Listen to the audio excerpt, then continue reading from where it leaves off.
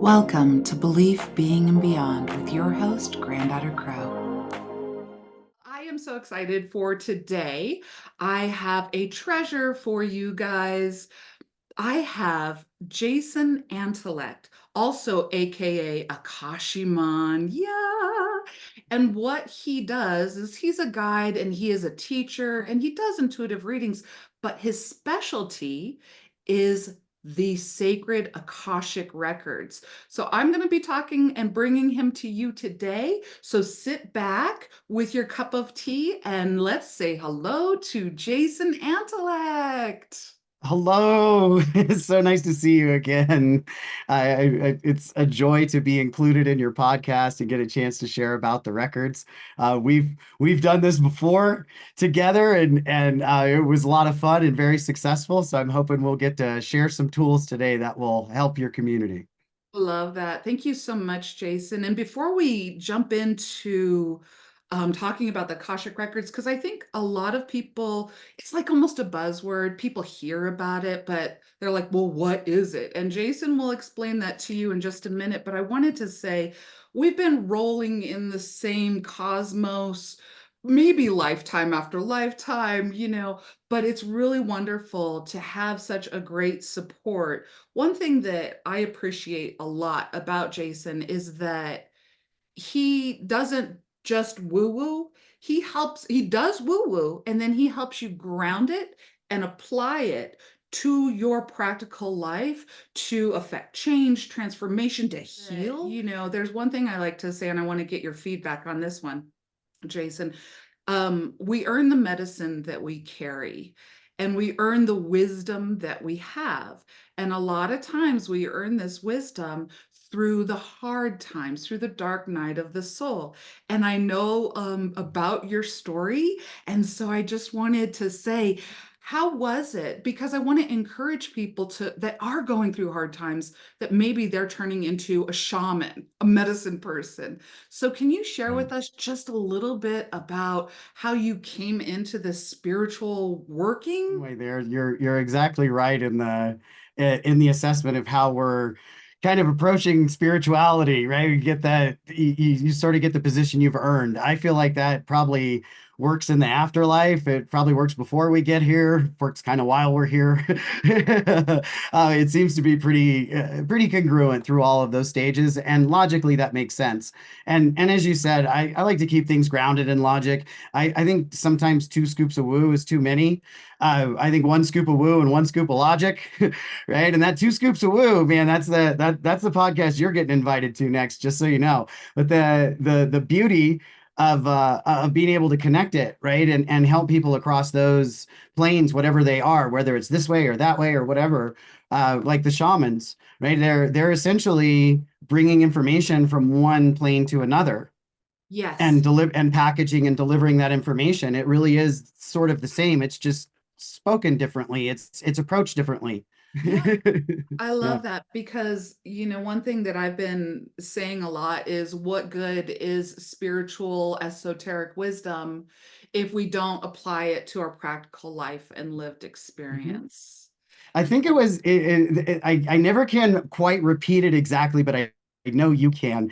Have you ever met anybody that's too spiritual for any earthly good? Is that how you say it? Because I that has always stuck with me since the first time you said it, and I've said it many times. I think I gave you $1 for it at some point, but the wisdom of it stays. Yeah. Right. And that's what I think is one of the neat things about wisdom. It's very obviously universally applicable. I It's the love same stuff today, right? It's useful today, it's useful tomorrow, it's useful back then when we have hindsight, right? And wisdom really does that, where truth is very in the moment, right? Truth is very subjective and is what it is and has this fluctuation and change to it. And the two of them both have great powers, right? But the way they get there is different. I absolutely love that. I never really thought about that wisdom is universal and truth is subjective. Even like my truth is going to be a little bit different than the person's truth that was sitting next to me when we watched the car accident or the blessing or whatever you want to say. But yeah, so spiritually minded that you're no earthly good. There it And is. There it and you know is. why I know that? Because I used to be so spiritually minded that I was no earthly good. There was a Yeah. point that I was like that, and I was like, but I was raised by spiritual leaders, so there was always this understanding of applying, but it Mhm. was always up here. How spiritual can we get? How much can I see auras? How much can I do this? How much can I talk about astrology? And it's like, yeah, and then how much do you know how to cook a meal? How much do you know how to, do these practical things? And that's what I really enjoy about you, Jason, is that you do have that analytical mind and that wisdom.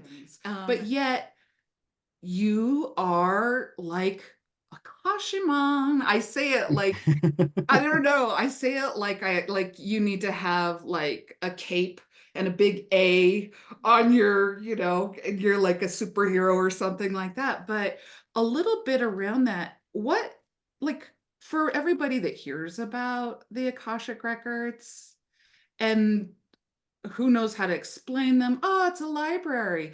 Oh, it's this. You actually go in there. So could you kind of give us a little bit about what is Akasha? What is the Akashic Records? Can you explain that to us?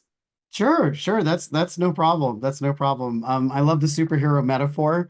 I've been doing a lot of superhero focus because I believe our day-to-day abilities lead to our superpowers, right? And that really comes from the Akashic records. And Akasha, as you mentioned, is a Sanskrit word that is kind of the primordial energy, right? The original stuff, kind of the stage that everything occurred on. So before there were elements, where did those elements get where did they get created? They got created on the stage of the, Akashic records, right? It's that original energy. So the Akashic records are the vibration of what actually occurred, right? That way the integrity's intact sort of from the beginning. Right? So individually, our Akashic record, so your Akashic record, Granddaughter Crow, is the journey of your soul from the very beginning, right? Wow. So however you figure that out for yourself and what that looks like really is your interpretation of it. So if we leave it there, right, it's a journey of your soul, all in kind of one place. I do like the book metaphor in a sense because it gives us a place to start, and it kind of that whole library works. But it's like if you go in the library and say, I want a book. And the librarian goes, "What do you want a book about?" You're like, "I don't know. I didn't know this place was here." There's all this stuff. It's like, oh, there's this card catalog, but you're not ready for that yet, because I didn't even know it was here. So she can point you to some place, and you can try to find something, and eventually, you start to figure it out along the way. But when you get the card catalog, right, when you have directions and a frame of reference, now you can look things up. You figure it out. And that's what's missing for a lot of people is that frame of reference so that they can get to the information that they need. Because once we have it, that's when we can really do things with it.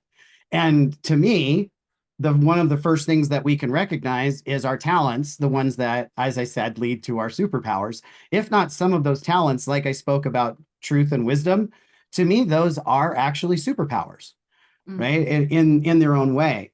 And soul level energy is where that information comes from. Therefore, that energy, the what's happened to that energy is held in the Akashic records. What I have noticed was like in 2020, a lot of people with social distancing or, shelter in place or work from home did a little bit of a deep dive into a little bit more of their soul and maybe kind of woke up the bear. And now they come back and they're like, but I don't want to start working from the office. I kind of like this. I want to discover more about me. So people, if you're out there and you've done, you're reading your books, you're trying to find something, you're trying to find, what am I about? What the hell am I doing here? What am I about? And that's when you can go and talk to Jason at www.akashaman.com. And so what do you think about that concept of going, people diving in, waking up the bear, and then now all of a sudden they're looking for deeper answers than they were prior? Part of that where I see the stepping stones, right? The day-to-day gifts, they start to identify what those are and figure out who they are, right? Because it's one thing to tell to identify it, but it's a different thing to apply it. When Superman found out he could fly, he bashed through a lot of things before he got any good at it, right? It's just sort of how that works. So it's almost just built into it. So until you can accept that, until you can look at yourself and have a little humor, maybe a lot, because we need that sometimes. Okay, come on. But if we don't take it so seriously and we give ourselves a chance in it, the what I see is that the hard times really is where we hone the gifts. We just don't always notice it because we're so busy doing what we're doing. We're focusing, right? So somebody from the outside, like you or I, that has a view of that, a big picture opportunity in that, can point out different things. I love to say that it's hard to eat a bowl of soup we're sitting in, right? Because I can tell you all about somebody else's soup. I can just look over, right? But eating my own soup, it's a little weird, and it's a little gross and you know, a little telling at the same time. But the ability to not take ourselves so seriously in a statement like that, right, allows us to alternate perspectives, to see things a little bit differently. Where I see people getting hung up is when they've chosen their beliefs, right, and they're applying those with you know, varied success. That's why it's always good to have a mentor. I always have one. I am so much better when I have somebody to work with, and they're all saying the same thing, folks. Just find one you like and work with them, because things will get better. It doesn't matter. It really doesn't matter. It just matters that you do it in a lot of cases, especially when you know it's time. But when we have that kind of influence and we can really step into more of that, the application gets easier, right? So how we do it becomes more obvious. That's what happens is we identify, hey, I've got this gift, but now what do I do with it? Right. And that's where I really come in. I can help people identify stuff all day, but what do we do with it when we find it? That's where the real fun is. I love that. Again, practical application, practical application, practical application. So I have a very interesting question for you. I do Granddaughter Crow stuff, which is more natural world, shadow work, da da da. And so, but I have these experiences like deja vu, or I've met this person before. How come I feel so connected, but we've only known each other? Or what are those considered Akashic record? Am I going into my Akashic records? Could you give us some context around what if I was going in there and I didn't know it or I didn't call it Akashic records? That's a truly insightful question. I think that really sets the stage for a lot of people to understand that they are actually accessing that kind of information. Okay, so if we're talking about the vibration of everything, right? When you go into your memories, in a sense, that technically would be Akashic records, right? We could call it that simple. If we go farther back into a past life, we're you know, possibility, we're still looking at the same thing. What is the soul doing in between lives? I don't know. I'm not positive. I got some ideas from reading the records and talking to other people about their experiences, right? And it shows up in the results, but I don't truly know because I'm in a human form right now. I'm not really supposed to. And especially now because the consciousness has been changing. Like you just referenced, people are digging a little deeper, right? So having more information about ourselves and being able to get to it more easily kind of makes sense. The wheels are greased a little bit, in my opinion.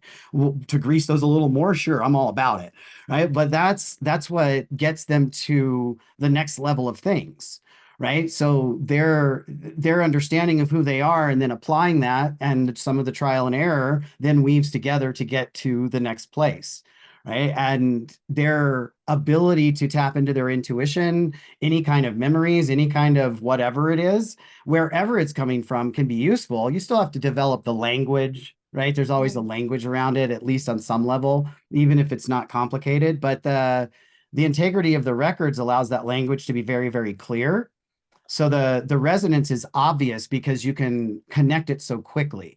And as you've said, that for me is one of the biggest things, is that how do we get this esoteric knowledge into a form that we can really connect? Well, we've got to put it into our everyday experience, right? So a lot of us have done that by trial and error and figured out what we're good at, right? Like while you're doing your podcast, you're having so much fun figuring it all out, right? Yeah, and it's killer because it gives you so much to work with, and it gets a lot of what you do out there, and people need that knowledge because in our heads, you and I, it's not doing any good just being up here. That's why I love teaching so much, right? Because we've gathered so much stuff. Like, please ask me questions.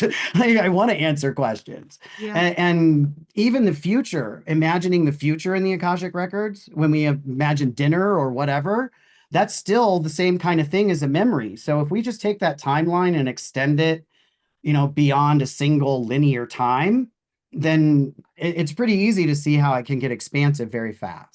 Brilliant.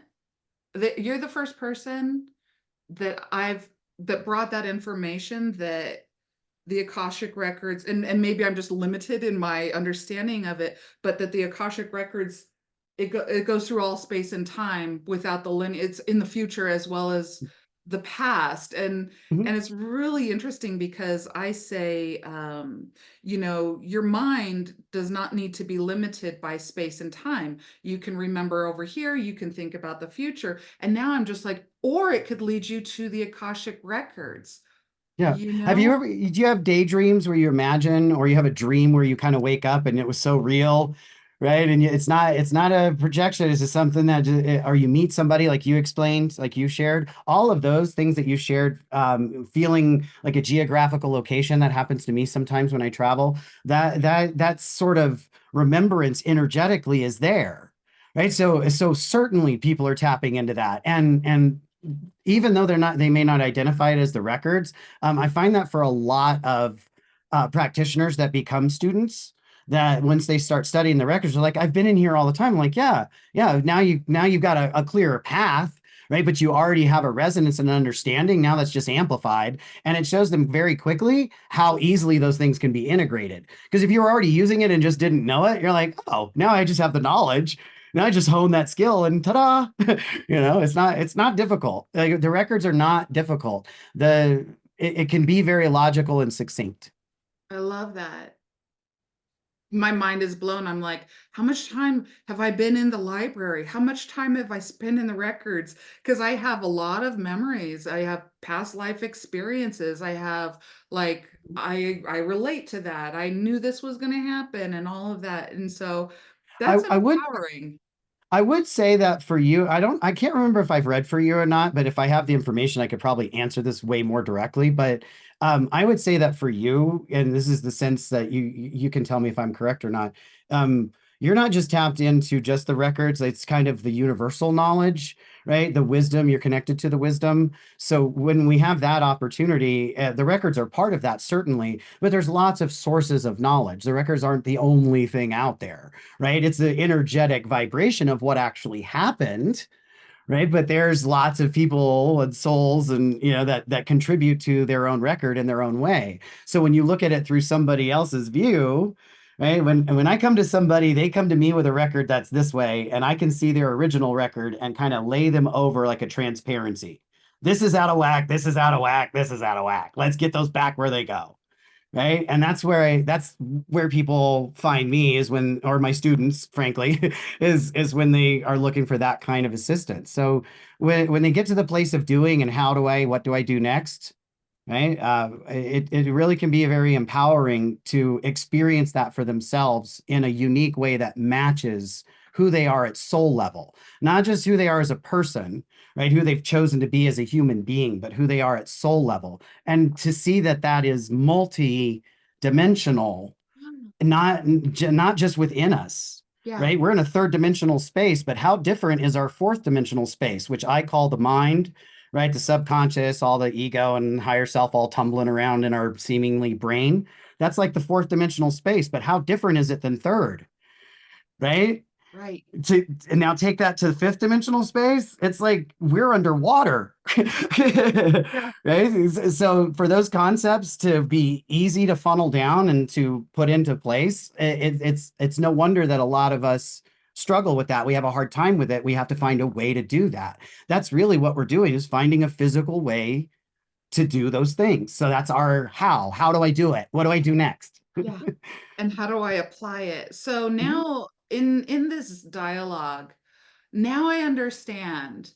For me, what I'm seeing is a librarian of the Akashic Records. I'm seeing a soul map guide that will go, oh, well, I know that you can see a lot of your life and maybe past lives and your soul vibration, but how do you want to apply that? And this is where you want to look, and this is where you want to look. And so it's wonderful. You can tell that Jason is just dynamic, great teacher, and of course does the one-on-one reads. He does them online. So, if this is speaking, if you found this podcast, you might want to Google www.akashiman.com and find out what he's doing. You've got some events coming up and classes and one-on-one reads. Tell us like what's going on with you? What's next coming up for you? Well, this is a really special day because the day we're actually doing this, I'm starting the level 2 class. So I just got through level 1 with soul realignment, which I'm one of a dozen of the only licensed facilitators literally on the planet, which is kind of unfortunate because it's a really great modality. It's kind of revolutionary, but it's sort of the Swiss Army knife to get everything you need from the Akashic Records and how to frame it to give it to people, right? So I've been doing that for almost a decade now, and it's the way I see the world. It's the way I do things. And when I need to go back to the drawing board and start over, I go back to the same information that I teach, that I share with people, and taking people through that process, right? And not everybody wants to become a reader, right? Not everybody needs transformation. Not everybody needs change. Right? It's not necessarily the jive for everybody, but there's a lot of information there too. And that's where it's going to start anyway, right? Information into knowledge. So my truest love is sharing that at the level that those classes make available, and getting to teach level 2. In level 1, we went through an entire reading from beginning to end, learned how to do everything, the whole package. And once you're certified, you can charge for it, right? It's a source of income. And then in level 2, we're adding multiple readings to the roster. So tonight, where we get to start talking about that, and the teaching, just prepping for it is so exciting. To get into that environment with the community of people that are learning and be able to share at that level and learn from them, because I absolutely do. That's some of the best parts of it. Right. So that's my truest love. My entrepreneurial passion says I like to put people to work doing what they want to do, what they love to do. Oh, well, I'm down with that. I am down with Yeah. that. So get to work, Jason. Get to I work on your will. I will. class. Class is at 5:30. Class I at 5:30 tonight. So I yeah, yeah. love it. I love it. So thank you so much, Jason. Thank you for tuning in to another episode of Belief Being and Beyond with your host, Granddaughter Crow. Please leave a review. It really helps. If you want to see us on the screen, you can see us on YouTube, and then like, subscribe, and share the info, because this is good stuff. So once again, thank you, Jason. Say bye-bye to the audience. Bye-bye. Thank you, everybody. Thanks for listening.